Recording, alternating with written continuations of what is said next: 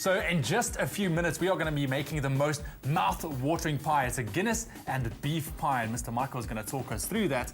But it involves using pastry. Yeah. Now, there's a lot of different pastries out there, and I'm hoping you can educate me a little bit. Good. Well, I think let's talk about these kind of pastries first. Yes.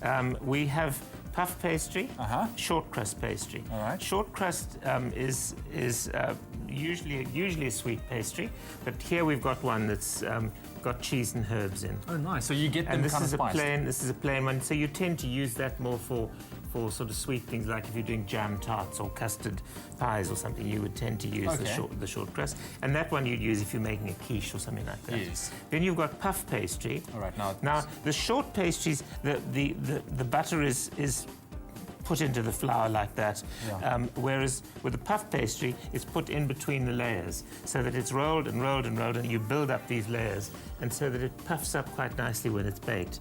And you can see all the different layers there. Okay, I see. So this is what we're going to put on the pie just now. All right. And this one obviously more solid. It should be. Yeah. It should be. Normally, what you would do, in fact, is you'd prick it so that it doesn't rise up too much, because you know, if you're lining a tart plate with it.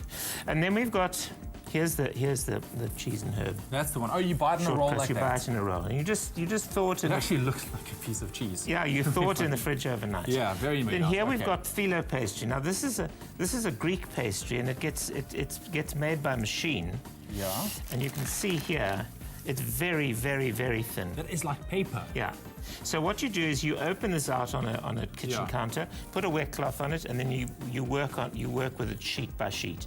You put a sheet down, you butter it with a pastry brush, and then you put another layer on top, and then you can cut it into. So what dishes would you normally use this? Well, this you'd use for Greek dishes like a baklava.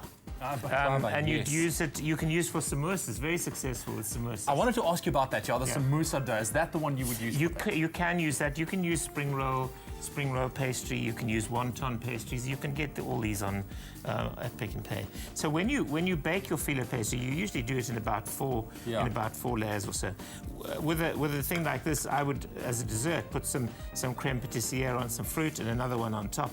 You've got that lovely sort of crackly pastry, and then it does come apart. You see, it does come apart. Look at that. That's paper thin. It does come apart. So what I normally do when I'm baking Phyllo is I normally turn a corner over.